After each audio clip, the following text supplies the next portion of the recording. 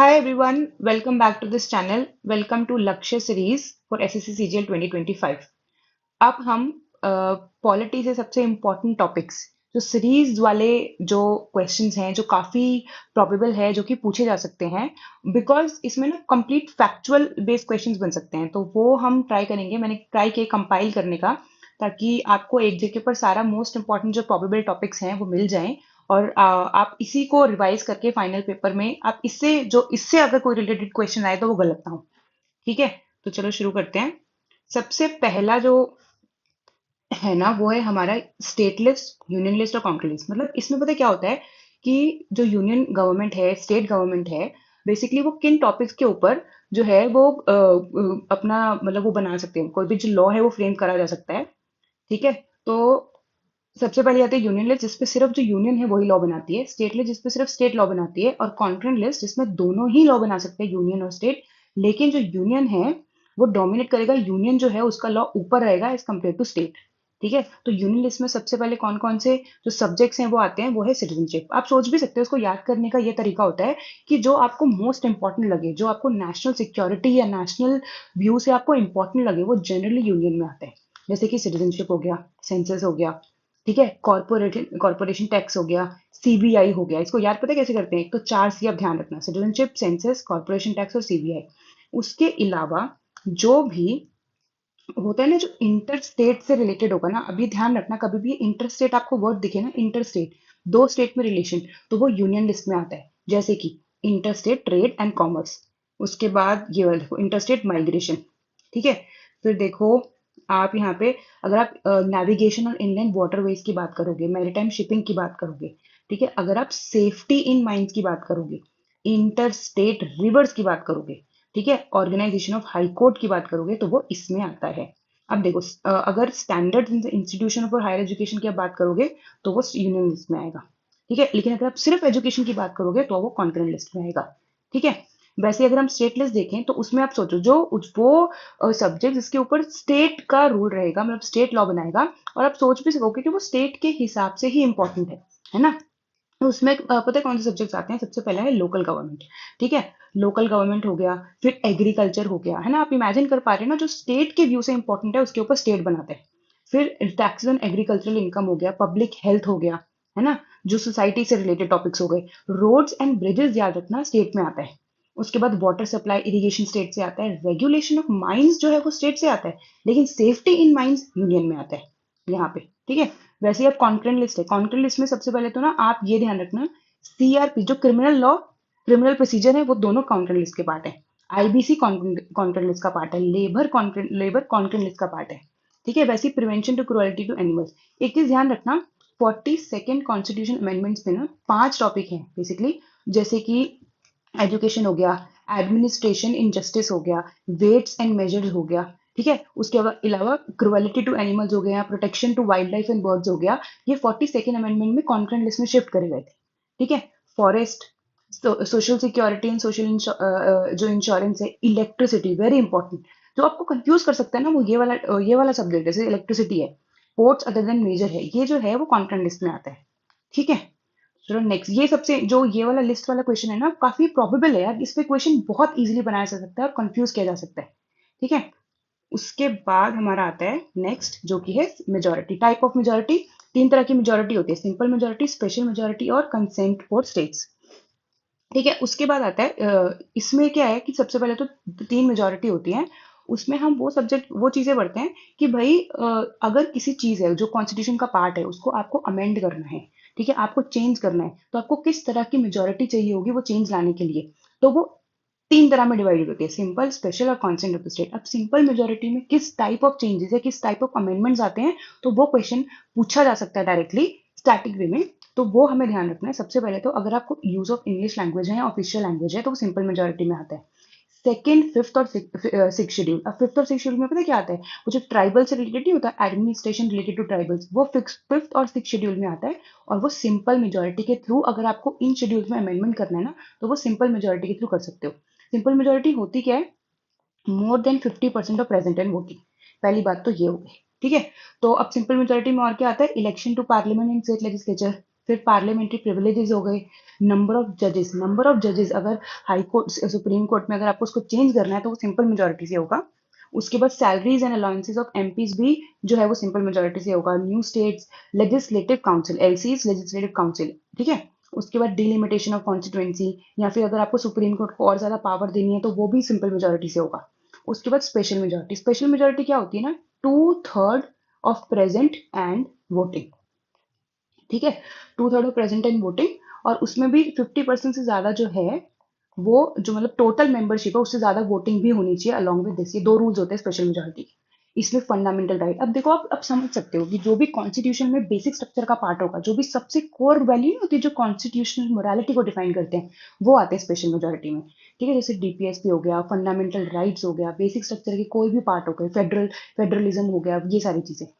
फिर आता है कंसेंट ऑफ द स्टेट। इसका क्या मतलब है, जब आपको स्पेशल मेजोरिटी यूज करनी होती है और अगर वो टॉपिक या फिर सब्जेक्ट जिसके ऊपर आप लॉ या अमेंडमेंट लेके आ रहे हो उसमें स्टेट भी रिलेटेड है, तो आपको 50% से ज्यादा मतलब बेसिकली स्टेट से भी अग्रीड करवाना पड़ता है उस अमेंडमेंट को, तभी वो अमेंडमेंट लागू होती है। जैसे कि एनजैक में रिसेंट, अगर मैं आपको एक चीज बताऊं, एग्जांपल दूं, तो एनजैक में 50% मेजोरिटी हो गई थी, मतलब स्टेट ने कंसेंट दे दिया था, लेकिन फिर भी क्या हुआ था, बाद में सुप्रीम कोर्ट ने उसको नलिफाइड कर दिया था, अनकॉन्स्टिट्यूशनल डिक्लेयर कर दिया था, ठीक है। लेकिन अब हम देखें अगर कंसेंट ऑफ द स्टेट किससे रिलेटेड होगा या किन टॉपिक से रिलेटेड होगा, तो अगर प्रेसिडेंट का इलेक्शन है, सुप्रीम कोर्ट या हाई कोर्ट से रिलेटेड कुछ भी है ना, क्यों है पता है, क्योंकि वो उसमें स्टेट भी इक्वली या फिर काफी इंपॉर्टेंट रोल प्ले करता है इन सब्जेक्ट से, इन टॉपिक से रिलेटेड, अगर आप इसमें अमेंडमेंट लेकर आते हो, इसीलिए स्टेट का कंसेंट चाहिए होता है, ठीक है। Legislative and executive power of union states, 7 schedule, very important. 7 schedule में क्या होता है पता है, जो यूनियन और क्या नाम है, स्टेट और कॉन्फ्रेंस, जो हमने अभी ऊपर पढ़े ना इससे पहले टॉपिक, वो 7 शेड्यूल में लिखा हुआ है कि कौन से सब्जेक्ट होंगे इन तीनों में। आर्टिकल 368 किससे रिलेटेड है, ये अमेंडमेंट का आर्टिकल है, ठीक है। Representation of state in the parliament, ये तीनों। अब ये जो है ना, ये डायरेक्टली पूछा जा सकता है, मान लो क्वेश्चन में आ जाएगा कि representation of state in the parliament, इसमें किस टाइप ऑफ मेजोरिटी से इसमें चेंज कर सकते हैं, तो वो कंसेंट ऑफ स्टेट चाहिए हमें ना, वो आप समझ पाओगे, प्रिडिक्ट कर पाओगे, ऐसे कर लोगे आप तो, ठीक है। नेक्स्ट टॉपिक पे चलते हैं। नेक्स्ट है, हाँ, वेरी इंपॉर्टेंट अगेन, रिट। जो रिट का क्वेश्चन है ना, रिट, सबसे पहले क्या है, हमें ये पता होना चाहिए कि आर्टिकल 32 जो फंडामेंटल राइट्स का पार्ट है, इसमें जो है ना आपके जो फंडामेंटल राइट्स है वो प्रोटेक्टेड होते हैं। तो उस प्रोटेक्ट करने के लिए जो हाई कोर्ट है, एक सुप्रीम कोर्ट और हाई कोर्ट जो है ना, वो रिट इशू कर सकते हैं, ठीक है। अब वो जो रिट इशू कर सकते हैं वो 5 तरह की होती है। पहली होती है हेबियस कॉर्पस, फिर होती है मेंडेमस, फिर होती है प्रोहिबिशन, फिर होती है सर्चिलरी, फिर होती है क्यू वारंटो। सबसे पहले तो हेबियस कॉर्पस। हेबियस कॉर्पस में क्या होता है, प्रोड्यूस द बॉडी ऑफ, इसको हम अब इसमें क्वेश्चन पता है क्या आएगा, सबसे पहले तो ये आएगा कि पब्लिक और प्राइवेट इंडिविजुअल दोनों को कौन सा रिट है जो इशू किया जा सकता है, वो है हेबियस कॉर्पस, ठीक है। अब किसको इशू नहीं कर सकते कभी हेबियस कॉर्पस, तो अगर वो डिटेंशन लॉफुल है, अगर वो कंटेम्प्ट ऑफ कोर्ट से रिलेटेड है, अगर जो डिटेंशन है वो कॉम्पिटेंट कोर्ट ने करी हुई है ना, और अगर वो detention outside the jurisdiction of court है तो नहीं करा जा सकता। अदरवाइज पब्लिक और प्राइवेट दोनों को करा जा सकता है। और अगर क्वेश्चन है कौन सा रिट है जो दोनों, मतलब कौन सा इकलौता जो रिट है जो प्राइवेट के अगेंस्ट भी हम इशू कर सकती है, मतलब जो कोर्ट है, तो वो है हेबियस कॉर्पस, सिर्फ एक ही रिट है, ठीक है। उसके बाद आता है मेंडेमस। मेंडेमस का मतलब होता है, इसमें क्या होता है ना, बेसिकली ये कोर्ट इशू करता है कोई भी पब्लिक ऑफिशियल को, कोर्ट इशू करता है कोई भी पब्लिक ऑफिशियल को in order to ask him to perform his official duty, ठीक है। जब कोई कोर्ट उस इंडिविजुअल को बोलता है कि भाई अपनी ड्यूटी परफॉर्म करो और आप वो ड्यूटी कर क्यों नहीं रहे, तो ये वाला जो रिट है वो इशू होता है। अब इसमें क्वेश्चन पता है किस पे आता है, सबसे पहले किसको इशू नहीं होता, तो प्राइवेट इंडिविजुअल्स को इशू नहीं कर सकते। मैंने बोला ना कि प्राइवेट को सिर्फ कौन सा कर सकते हो, हेबियस कॉर्पस कर सकते हो, प्राइवेट इंडिविजुअल को मेंडेमस इशू नहीं हो सकता। अब कॉन्ट्रैक्चुअल ऑब्लिगेशन को नहीं हो सकता, chief justice of high court को नहीं हो सकता, प्रेसिडेंट या गवर्नर को नहीं इशू हो सकता। मैंने इसी पे फोकस क्यों किया है, क्योंकि ये वो पॉइंट है जिसपे क्वेश्चन में आपको कंफ्यूज किया जा सकता है, ठीक है। फिर तीसरा आता है प्रोहिबिशन। प्रोहिबिशन किसके लिए इशू होता है, हायर कोर्ट लोअर कोर्ट को बोलता है कि भाई बेसिकली जो भी वो लीगल, मतलब जो भी वो ऑर्डर दे रहे हैं वो ना दें, या फिर इनएक्टिविटी डायरेक्ट करने के लिए, आप समझ रहे होगे। और ये सिर्फ प्रिवेंटिव है, बस इतना ही क्वेश्चन आएगा, इससे ज्यादा डीप में नहीं आएगा इस समय। सर्टिलरी जो है ना, सर्टिलरी इसमें क्या होता है ना कि ये क्यूरेटिव भी होता है और प्रिवेंटिव भी होता है, पहली चीज तो यही है। उसके अलावा ये वो है जो एडमिनिस्ट्रेटिव अथॉरिटी, लेजिस्लेटिव बॉडी और प्राइवेट इंडिविजुअल के अगेंस्ट नहीं इशू किया जा सकता, ये सिर्फ जुडिशियल और क्वाजी जुडिशियल बॉडी के अगेंस्ट ही इशू किया जा सकता है। नेक्स्ट है क्यू वारंटो। क्यू वारंटो में क्या होता है, सबसे पहली बात तो ये सिर्फ पब्लिक ऑफिस के लिए होता है, प्राइवेट ऑफिस के लिए नहीं होता। क्यू वारंटो में ना आप किसी भी पर्सन की लीगैलिटी को क्लेम करते हो कि क्या वो पर्सन जो पोजीशन होल्ड कर रहा है वो एक्चुअली उस पोजीशन पे काम करने के लिए लायक है, मतलब इन द सेंस कि वो एक्चुअली अपॉइंट किया गया है, क्या वो हक रखता है वहां पे काम करने का, इस चीज के लिए इशू किया जाता है। अब किसको इशू नहीं कर सकते, वेरी इंपॉर्टेंट, मिनिस्टेरियल या प्राइवेट ऑफिस को इशू नहीं कर सकते। बस यही है वो स्टैटिक क्वेश्चन जो रिट से आएगा और बहुत इंपॉर्टेंट है। ठीक है, तो हमें ध्यान रखना है। नेक्स्ट टॉपिक, तो नेक्स्ट टॉपिक जो है वो है हमारा इमरजेंसी प्रोविजंस। अब इमरजेंसी प्रोविजन में देखो, सबसे पहले तो यही हमें ध्यान रखना है कि तीन तरह की इमरजेंसी होती है, एक नेशनल इमरजेंसी, एक प्रेसिडेंशियल, एक प्रेसिडेंट रूल और एक फाइनेंशियल इमरजेंसी। क्वेश्चन पता है क्या आएगा, सबसे पहले तो ये क्वेश्चन आएगा कि आर्टिकल कौन से हैं इन तीनों इमरजेंसी के। तो पहले सबसे पहले जो नेशनल इमरजेंसी है उसका आर्टिकल है 352। उसके बाद प्रेसिडेंट रूल है, उसको ये भी ध्यान रखते हैं कॉन्स्टिट्यूशनल स्टेट इमरजेंसी भी बोलते हैं, इसका आर्टिकल है 356। ठीक है, उसके बाद जो फाइनेंशियल इमरजेंसी है उसका आर्टिकल है 360। ठीक है, एक चीज पता है प्रेसिडेंट रूल से पूछी जाती है कि किस रूल या किस वजह से कहाँ लिखा है कि भाई हमें प्रेसिडेंट रूल मतलब हमें लगाना पड़ेगा। तो देखो सबसे पहले तो होता है आर्टिकल 356। ठीक है, उसके बाद एक और आर्टिकल आता है 365, ये भी बहुत इंपॉर्टेंट है। इसमें पता है क्या होता है कि जब स्टेट सेंटर की बात ना माने तो सेंटर के पास हक है कि भाई वो प्रेसिडेंट रूल लगा सकता है, ये 365 में लिखा है और ये भी डायरेक्टली पूछा जा सकता है। ठीक है, अब सबसे पहले नेशनल इमरजेंसी रिलेटेड चीजें देखते हैं। अब नेशनल इमरजेंसी में क्या है कि जब नेशनल इमरजेंसी लग गई मान लो, तो उसके बाद पार्लियामेंट को वो नेशनल इमरजेंसी अप्रूव करनी पड़ती है। तो कितने टाइम में करनी पड़ती है, 1 महीने में करनी पड़ती है। ठीक है, तो कौन सी मेजोरिटी चाहिए, स्पेशल मेजोरिटी चाहिए, स्पेशल मेजोरिटी। ठीक है, जो मैंने पहले भी आपको बताई। अब क्या इसको एक्सटेंड कर सकते हैं, यस एक्सटेंड कर सकते हैं, कितनी भी बार कर सकते हैं। और 6 मंथ को, हर 6 महीने में अप्रूवल चाहिए स्पेशल मेजोरिटी अगर एक्सटेंड करना है तो नेशनल इमरजेंसी को। ठीक है, क्या इसको रिवोक किया जा सकता है, हाँ दो तरह से रिवोक किया जा सकता है। सबसे पहले तो प्रेसिडेंट खुद ही रिवोक कर सकता है बिना पार्लियामेंट की परमिशन के। और दूसरा, अगर Lok Sabha simple 1/10 of the member, अगर 1/10 of the Lok Sabha member speaker को लिख कर दे देना कि भाई अब रिमूव करो नेशनल इमरजेंसी, तो नेशनल इमरजेंसी रिमूव करनी पड़ेगी। ये है मेन प्रोविजन जिस पे क्वेश्चन आएगा। प्रेसिडेंट रूल से रिलेटेड क्या क्वेश्चन है, सबसे पहले तो आर्टिकल, उसके बाद अप्रूवल, पार्लियामेंट से अप्रूव करवाना पड़ेगा ना, तो वो अप्रूवल 2 मंथ के अंदर करवाना होता है। कौन सी किस टाइप ऑफ मेजोरिटी से होता है, सिंपल मेजोरिटी से होता है। ठीक है, एक्सटेंशन कर सकते हैं, यस एक्सटेंशन कर सकते हैं, लेकिन मैक्सिमम 3 साल तक एक्सटेंड कर सकते हैं। ठीक है, और इसमें एक्सटेंड मतलब रिवोक करता कौन है, प्रेसिडेंट रिवोक करता है अनदर प्रोक्लेमेशन से, इसमें पार्लियामेंट का कोई रोल नहीं होता। ठीक है, फिर आता है फाइनेंशियल इमरजेंसी। फाइनेंशियल इमरजेंसी में आर्टिकल है 360। उसके बाद है अप्रूवल बाय पार्लियामेंट, तो 2 महीने में अप्रूव करना है। फिर सिंपल मेजोरिटी से ही आप जो है उसको अप्रूव करते हो। और कितनी बार एक्सटेंड कर सकते हैं, कंटिन्यूसली, हम इंडेफिनेटली फाइनेंशियल इमरजेंसी लगाई जा सकती है। क्या एक बार भी फाइनेंशियल इमरजेंसी अब तक लगी है, नहीं, अब तक फाइनेंशियल इमरजेंसी एक बार भी नहीं लगी है। इवन की 1991 में जब क्राइसिस आए थे, जब हमारे पास जो जो फॉरेक्स रिजर्व थे वो बहुत कम हो गए थे, तब भी फाइनेंशियल इमरजेंसी नहीं लगी थी। ठीक है, हमने आईएमएफ से लोन ले लिया था उस समय।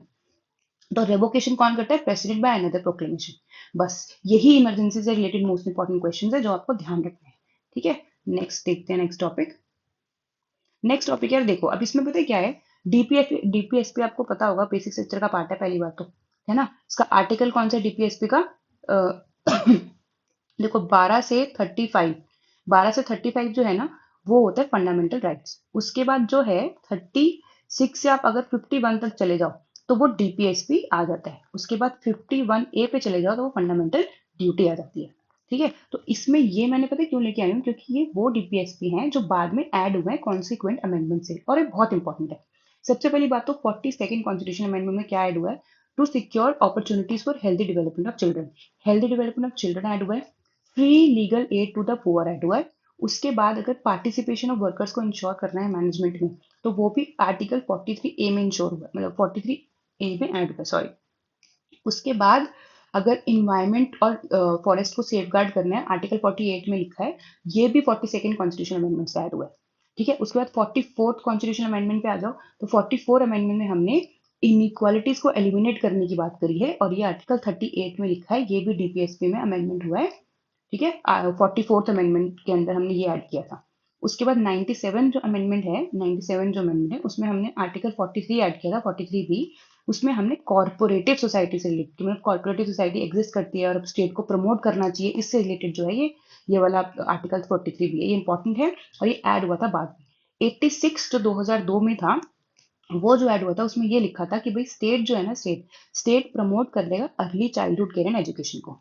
ठीक है, बस यही चार इंपॉर्टेंट याद रखने हैं आप, या तो आपको आइडियली पूरे ही रखने चाहिए, लेकिन ये वो हैं जो बाद में ऐड हुए थे, इसलिए इन पे क्वेश्चन बहुत पूछे जाते हैं। ठीक है, ओके। नेक्स्ट टॉपिक है हमारा, हाँ, अब नेक्स्ट टॉपिक है पार्लियामेंट्री सिस्टम और प्रेसिडेंशियल सिस्टम। पार्लियामेंट्री सिस्टम में क्या है कि पहली बात तो ये कि पार्लियामेंट्री सिस्टम और प्रेसिडेंशियल सिस्टम में कौन सा, मान लो क्वेश्चन आ जाएगा कि भाई ये जो एसोसिएटेड है या फिर ये जो एक प्रॉपर्टी है वो किस कौन से सिस्टम से रिलेटेड है ना। तो पार्लियामेंट्री सिस्टम से associated nominal and real executive. आप देखते भी हो कि हमारे यहाँ प्रेसिडेंट जो है वो नॉमिनल है और जो प्राइम मिनिस्टर है वो एक रियल एग्जीक्यूटिव है। मेजोरिटी पार्टी रूल है ही इंडिया में, है ना, हमारे इंडिया से हम रिलेट कर सकते हैं पार्लियामेंट्री सिस्टम को, और अगर प्रेसिडेंशियल सिस्टम को करना है तो हम यूएसए से कर सकते हैं। ठीक है, तो पार्लियामेंट्री सिस्टम में कलेक्टिव रिस्पॉन्सिबिलिटी है किनकी, मिनिस्टर्स की। फिर क्या कहते हैं, काउंसिल ऑफ मिनिस्टर्स, COM। ठीक है, पॉलिटिकल होमोजेनिटी है, डबल मेंबरशिप है। उसके बाद लीडरशिप ऑफ प्राइम मिनिस्टर है, हमें पता है। डिसोल्यूशन ऑफ लोअर हाउस, मतलब कि जो लोअर हाउस है, लोअर हाउस कौन होता है, लोकसभा, और वो डिसॉल्व हो सकता है। फ्यूजन ऑफ पावर्स है, ठीक है, फ्यूजन ऑफ पावर्स यहाँ पे है, और सेपरेशन ऑफ पावर यूएसए में। सेपरेशन ऑफ पावर मतलब प्रेसिडेंशियल सिस्टम में क्या क्या आता है, सिंगल एग्जीक्यूटिव, एक ही एग्जीक्यूटिव है वहां पे, प्रेसिडेंट। ठीक है, president and legislature they are elected separately for the fix term. यहाँ पे कोई भी रिस्पॉन्सिबिलिटी नहीं होती, जो जबकि इंडिया में रिस्पॉन्सिबिलिटी होती है। काउंसिल ऑफ मिनिस्टर्स रिस्पॉन्सिबल होते हैं लोकसभा के लिए, लोकसभा को। फिर पॉलिटिकल होमोजेनिटी हो भी सकता है और नहीं भी हो सकता, सिंगल मेंबरशिप होती है, प्रेसिडेंट का डोमिनेशन होता है। ठीक है, और यहाँ पे लोअर हाउस डिसॉल्व नहीं हो सकता। जैसे हमारे इंडिया में क्या होता है, पार्लियामेंट्री सिस्टम है, अगर कोई भी पार्टी अपनी मेजोरिटी प्रूव नहीं करती तो जो लोअर हाउस है वो डिसॉल्व हो जाता है, फिर से इलेक्शन होते हैं, है ना। तो वैसे ही वहां नहीं होते, इसीलिए यही डिफरेंस है। फेडरल फीचर्स और unitary features again very important. Direct question आ सकता है कि मान लो डुअल पॉलिटी पूछ लिया कि वो कौन सा फीचर है, फेडरल फीचर है कि नहीं है, या फिर ऐसे पूछ सकते हैं कि इनमें से कौन सा फेडरल फीचर नहीं है, है ना। तो हमें पता होना चाहिए कि आप ध्यान रखना कि फेडरल फीचर वो होते हैं जिसमें आप ऐसा बोलते हो कि पावर डिवाइडेड वाली चीज फील करो। इसमें भी कुछ आपको ये याद रखना है, क्योंकि इसमें कुछ ऐसे फीचर्स हैं जो एकदम से देख के हमें याद ना आए या हम कंफ्यूज हो जाए। तो फेडरल फीचर्स में एक आती है डुअल पॉलिटी। फिर आता है रिटन कॉन्स्टिट्यूशन, रिजिड कॉन्स्टिट्यूशन, ठीक है, एंड सुपरमेसी ऑफ कॉन्स्टिट्यूशन। जब कॉन्स्टिट्यूशन कॉन्स्टिट्यूशन कॉन्स्टिट्यूशन इसको आप ऐसे याद कर सकते हो। Division of power between central and regional government, ये आपको नाम से आप गेस कर लोगे। Independent judiciary, bicameral legislature, ये भी फेडरल में आता है। यूनिटरी फीचर्स में क्या आते हैं, अब आपको याद, क्या आप देख के समझ जाओगे कुछ, जैसे कि strong centre, state not destructible. ठीक है, फिर आप emergency provisions, all India services. ठीक है, उसके बाद appointment of governor, veto over state bill, ये जो है देख के समझ जाओगे। लेकिन कहीं पे आ जाए इंटीग्रेटेड जुडिशरी, फिर integrated audit machinery, integrated election machinery, ये यूनिटरी फीचर के बीच में आते हैं और ये आपको इंटीग्रेटेड से याद रखने हैं। ठीक है, उसके अलावा single constitution, flexibility of constitution and single citizenship. ठीक है, and parliamentary authority of state list. ये बाकी बचे हुए चार है जो यूनिटरी फीचर के अंदर आते हैं। अब जो कंफ्यूज करेंगे ना वो ये है, इंटीग्रेटेड से आप याद रख सकते हो, उसके बाद सिंगल कॉन्स्टिट्यूशन और फ्लेक्सिबिलिटी ऑफ कॉन्स्टिट्यूशन, ये मत भूलना। ठीक है, ओके। नेक्स्ट टॉपिक पे आते हैं। नेक्स्ट टॉपिक जो है वो है प्रेसिडेंट। आपको पता है प्रेसिडेंट से बहुत क्वेश्चंस आते हैं। इसमें सबसे इंपॉर्टेंट क्वेश्चन पता है क्या बनता है, सबसे पहले तो ये मेन आर्टिकल, आर्टिकल 52 ध्यान रखना, उसके बाद 54, 56, 58 और 60।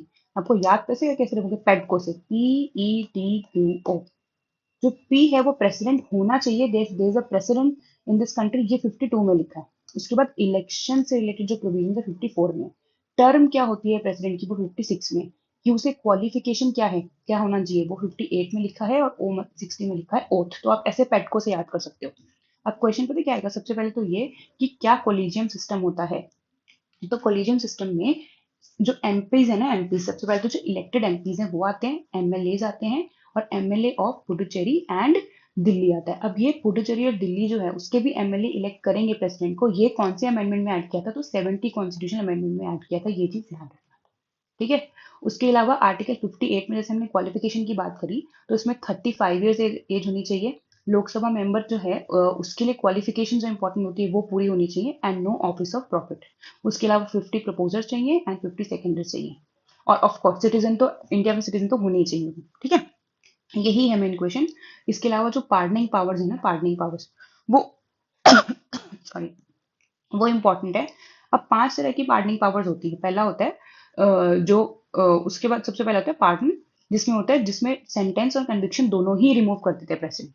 उसके बाद होता है कम्यूटेशन। कम्यूटेशन जैसे आप नाम से समझ रहे होगे कि एक कोई भी जैसे कोई पनिशमेंट मिली है, 10 साल की सजा हो गई, तो उसको लाइटर फॉर्म में चेंज कर देना, मतलब कि 10 साल की सजा को फाइन में तब्दील कर दो। ठीक है, उसको बोलते हैं कम्यूटेशन। रिमिशन मतलब कि आप फॉर्म सेम रखो, मतलब कि मान लो आपको जेल हुई है तो आप 5 साल जेल रखो, लेकिन 5 साल से 3 साल कर दो, तो उसको बोलते हैं रिमिशन। रिस्पाइट होता है कि स्पेशल फैक्ट की वजह से किसी की सेंटेंस कम हो जाए, जैसे कि कोई प्रेग्नेंट लेडी हो जाए या कोई प्रेग्नेंट लेडी है तो उसकी वजह से अगर उसकी सजा कम हो जाए तो उसको रिस्पाइट बोलते हैं। उसके बाद होता है रिप्रीव। रिप्रीव होता है कि जो पूरा सजा है ना, या फिर जो भी उसको मतलब जो भी उसको दिए गए है कोर्ट ने, उस पर टेम्पररी स्टे लग जाए तो वो जो है वो रिप्रीव होता है। ये पांचों ध्यान रखना है, बिकॉज ये जो ऐसे टॉपिक है ना, रैंडम टॉपिक सीरीज वाले, इस पे क्वेश्चंस बन रहे हैं। ठीक है, एक सेकंड। उसके बाद आते हैं हाँ पंचायती राज। अब पंचायती राज से हमें क्या ध्यान रखना है? पंचायती राज से ध्यान रखना है हमें सबसे पहले तो 11th कॉन्स्टिट्यूशनल अमेंडमेंट और 12th कॉन्स्टिट्यूशन जो सॉरी 11th शेड्यूल और 12th शेड्यूल। 11th शेड्यूल जो है वो हमारा पंचायती राज से रिलेटेड है और 12th शेड्यूल म्यूनिसिपैलिटी से रिलेटेड है। अब 73rd and 74th constitutional amendment हुआ था। क्वेश्चन पहले तो इसी से आ सकता है। उसके अलावा मेजर कमीशन जो एसोसिएटेड है वो है ये: बलवंत राय Mehta 1957, Ashok Mehta 1977, G V K Rao 1985, L M Singhvi 1986, Thungon commission 1988, Gadgil commission 1988। अब ये इसके बाद, इस सीरीज के बाद 11th शेड्यूल इंट्रोड्यूस किया गया था 73rd कॉन्स्टिट्यूशन अमेंडमेंट से। उसके बाद पंचायती राज आया। इसमें हमें एक चीज ध्यान रखनी होती है कि 1/3 सीट्स जो है वो वुमेन के लिए रिजर्व है, वैसी SC ST के लिए पॉपुलेशन के हिसाब से रिजर्व है। ठीक है, उसके अलावा पंचायत जो है वो इंस्टीट्यूट ऑफ सेल्फ गवर्नमेंट होता है। बस इतना ही ध्यान रखना है अभी के लिए। अब इसके बाद है ना कुछ इंपॉर्टेंट टॉपिक बच गए, जैसे कि एक होता है फंडामेंटल राइट।